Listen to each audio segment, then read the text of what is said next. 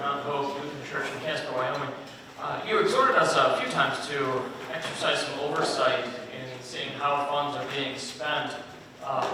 Can you give any practical pointers? What do you do, or what you recommend specifically that we do? Ask questions. Ask questions of OIM. They can't guarantee they'll give you the kind of answers that you want, but be persistent. Ask questions of the missionaries. They need to be honest. Yeah, I'm trying to picture myself calling up OIM and simply asking, are you spending your money wisely? Trying to picture what sort of answer I'm going to get. Really, if it's that important, what steps can we practically take? I can't just call the Office of International Mission and make inquiry. Yeah, I think first of all, you need to know something. You need to have, if you have an idea that somehow the mission monies aren't being used properly. But I believe we need more detailed information about what the work that's being done. We were required to do a monthly newsletter.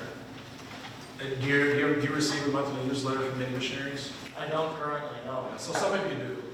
It's usually a really wonderful picture of baptism, or a beautiful picture and a great story that goes along with it. Right. And those things happen. It's sexy and it brings more donors. It is. But there's more to it. And I think somehow we need to find out more to it. I was really trying. I obviously expressed some of the trouble that I had, but I never understood coming to an office and sitting 5 days a week. That just didn't make any sense. There was so much, and I was busy. I did have an assignment, and I did preach every day, literally. But there was so much that could be done there in Nairobi, without going out into the countryside or elsewhere.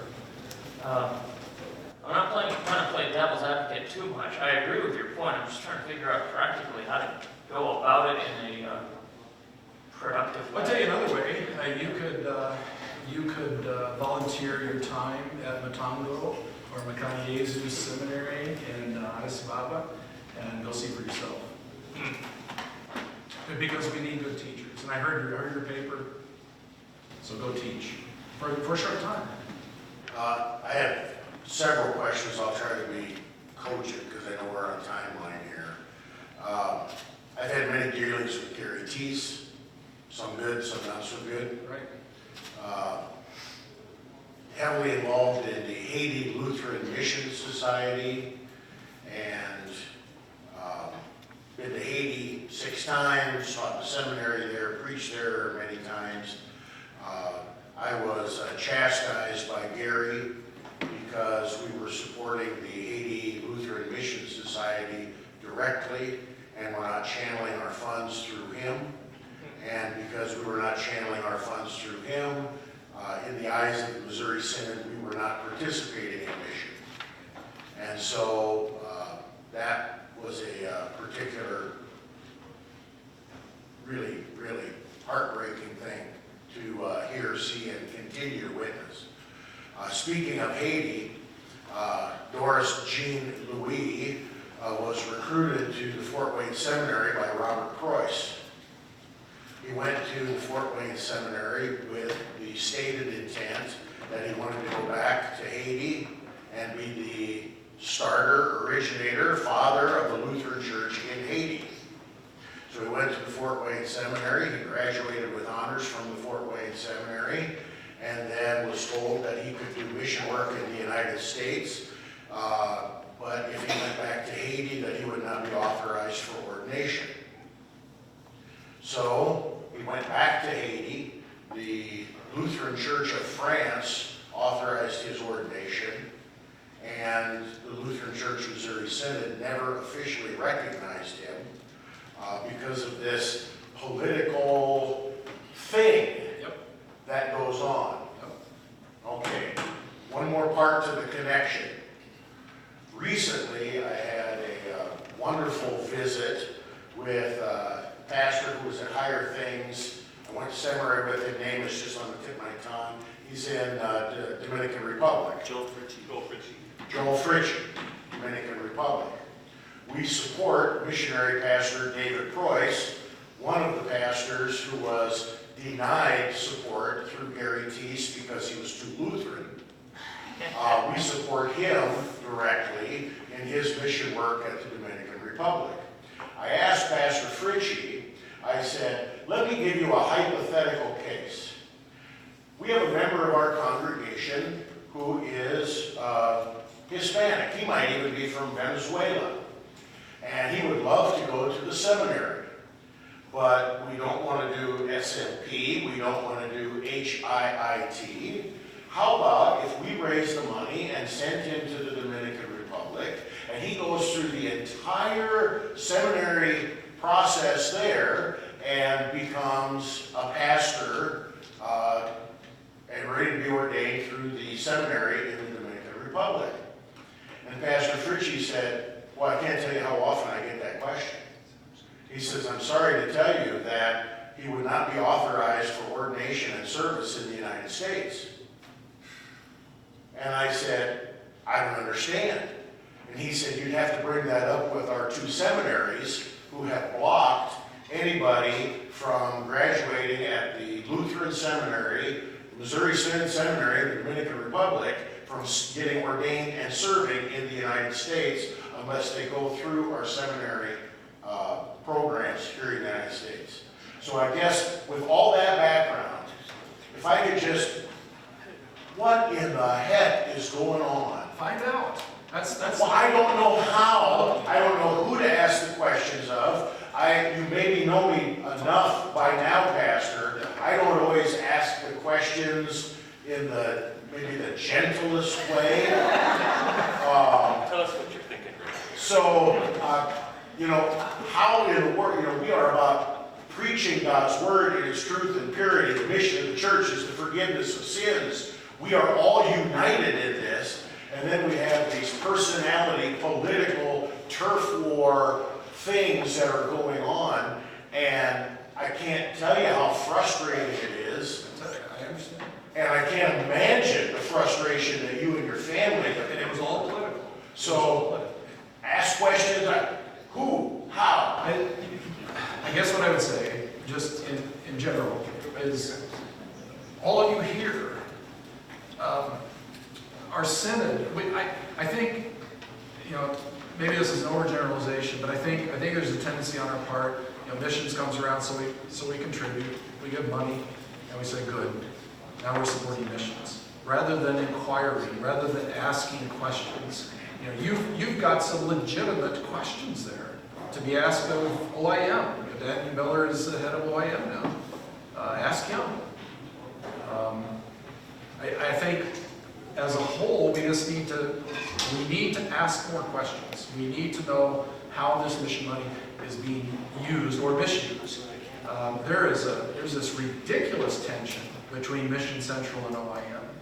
And what I was trying to say in my paper with respect to Gary is that we should, I disagree with him in many, many ways. But he still is a brother. And I've tried to, in my dealing with him, I've tried to correct. And I've tried to teach, Now, I think that's often been not effective at all because he has his way. But we still have to, our missionaries are very much dependent on what Mission Central does. We're almost held hostage by Mission Central. I hate it. Something needs to be done about it. And I think the only way we can do anything to help the situation is to speak up. Do you think it's ever possible that we could have a mission model where missionaries are not panhandling congregations I would love that. and raising their own money? Do you think that's pipe dream even possible? The only way it'd be possible is if we could encourage and then consequently have every congregation contribute to missions, to Synod, so that they could be the funding base for missionaries. Now, I don't know how you do that, you know, I don't know how you, now it's simply up to each individual. You know, we would go to congregations and I would do my presentation to congregations that are always supporting missionaries, and I would simply say, well, let me come and present. I love doing the presentation anyway, because I did have a lot of stories and pictures. And I said, you know, maybe there's one person in the congregation who will be a supporter for us. But we're beholden, you know, missionaries. And the thing is, you know, missionaries are coming out of the field for up to 6 months at a time to, as I said, to gin up their base again, you know, to make sure they have enough money to go back. I just think it's an incredible waste. Yes, sir. My name is George Sylvester. I'm a member of Missionary Cross Lutheran Church in Cross Lake, Minnesota, lay member. I was previously a member of St. John's Lutheran Church in Rosemount, Minnesota. And you say, be sure what's happening, dig into it, find out, etc. A gentleman came to our church in Rosemount and said, I think I was baptized and confirmed in this congregation, but I'm not sure. We never did find out, but our pastor became close with him and he died, and when he did, he left about $500,000 or better to our congregation. So in order to say, hey, we've got to do something right with this, our congregation got approached and we went to mission work to build a school and church over there. We got pictures of what was happening, the buildings that were being built, and et cetera, et cetera. And it turned out that nothing happened, nothing was built, and $500,000 approximately went to nowhere. So, as you say, look, dig, learn, know before you do anything, because we don't know. And on Facebook, as we mentioned Facebook earlier, all of a sudden we get friend requests from Africa or whatever. And no sooner, yeah, I think I'd like to be a friend with this gentleman. Then comes, how about send us some money? Yes. So, no matter what you're going to do mission work-wise, be very, very careful of what, how, when, where, and why. Right. Exactly. And if you want to find the total end of that story, contact St. John's Evangelical Lutheran Church in Rosemount, Minnesota. It's a terrible story. I'm sad to hear that. I mentioned in the paper that we support Trinity, the dual parish I had in Minnesota supported the Lutheran school in Manitoulin. And one of the advantages I had was every trip I made there, we would go out in the bush and we'd see how our money was being used. And I was satisfied. You know, They were showing us how it was being used. Here's a picture, this is what we're doing. Here's the trucks doing the wood. Here's what the buildings are. But it was a lie. It was a lie. It was all lies. Yeah. Every bit of it was a lie. Yeah, and that's sad. Terrible. Yeah, it is. Yes. Thank you for your presentation. My name is Pastor Paul Flo from South Sioux City. And I found myself smiling a lot when you were presenting it because I've been through the whole process as well. I did my vicars in the Dominican Republic under Joel Fritzl. So yeah, the whole process is very familiar to me. And I just wanted a couple questions that Pastor Poppy mentioned. I think that the previous model was everybody sending a general missionary fund to the Senate. And I think part of the reason why they switched is because of kind of an American skepticism of the institution, you know. And so, how do you change that? Well, I don't know. That goes pretty deep, you know. And so people want to hear the story directly from. They want to know exactly where their money's going to go to. This goes into a whole other thing of ear tagging their donations because they want to make sure it goes to what they approve of, which has good sides and downsides. But so that, just wanted to mention that. And then in terms of the questions of from a missionary's perspective, like yours, who to talk to, I would encourage you all to talk to you can get on the LCMS website and find out exactly who's in the Dominican, for example, and contact them directly and say, what are the real struggles that you're going through down there? How can I support you? Tell me, instead of just going through the institution, because it's going to be hard to find answers, maybe just go directly to the individual missionaries. That would be one thought that comes to my mind. I don't know if... That's very helpful. Yeah. You can contact. Yeah, or if you find out that missionaries are coming to your congregation or in the same city to give a presentation, which they often are, to raise funds, meet up with them and then say, okay, so in spite of all the good stuff that we saw, tell me what's really going on in terms of challenges. And they're hesitant to share that sometimes because, like somebody said, it's not as sexy. But at the same time, whenever you, as a missionary, when you have somebody actually asking you, tell me the real story so I can pray for you and really know how to help, it's really refreshing. So that would be my thought. I agree. And when missionaries come to your congregation, ask them, what is your day-to-day work? I would have welcomed that question. I really would have. Because we have this idea, well, we send those missionaries out, and they're working all the time, right? They're preaching the gospel all the time, they're baptizing all the time, and maybe they are. I'm not saying that they're not. But you should know that. We should all know that. And so it's legit to ask the question, what are you doing day to day? Pastor? Thank you, Jeff, for your a reminder that the mission of the church is the forgiveness of sins, and Christ's work goes on overseas as well as it does. Do the great work of doing it. His work for you at Red Cloud and Woodville.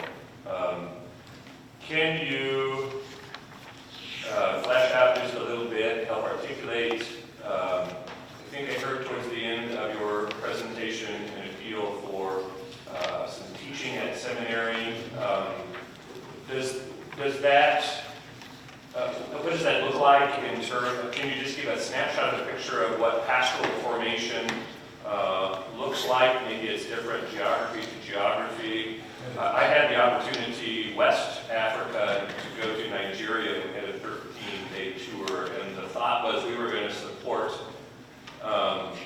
pastors once they got out in the field because they were serving 6 congregations, and maybe the seminary education they received, while it was as good as they could have done, it was limited. Is this in support? Do you have in mind opportunities where the teaching is for pastors who are yet to be ordained and go, or in support of people who are already out serving congregations? So I'll answer on the basis of what I know, and that's East Africa, and specifically Matambo, Nima Theological College, and it's both. The men, in terms of the whole ministry, the men who come there, some of them are already pastors, but they need more depth, they need more learning, and so maybe they haven't had any exposure to Greek or Hebrew, and so they begin to get that. The ones, I would say most of them come with very little education. So you're starting with just reading, writing, and arithmetic almost, and trying to build on that day by day by day. But they're eager. They really want to learn, and they really want the kind of education that we have received at our seminaries, and we can help with that. Does that answer your question? Thank you. That will be the end of the Q&A, and we're going to have about a 1-minute break in place. The pastor is going to be starting in just a moment.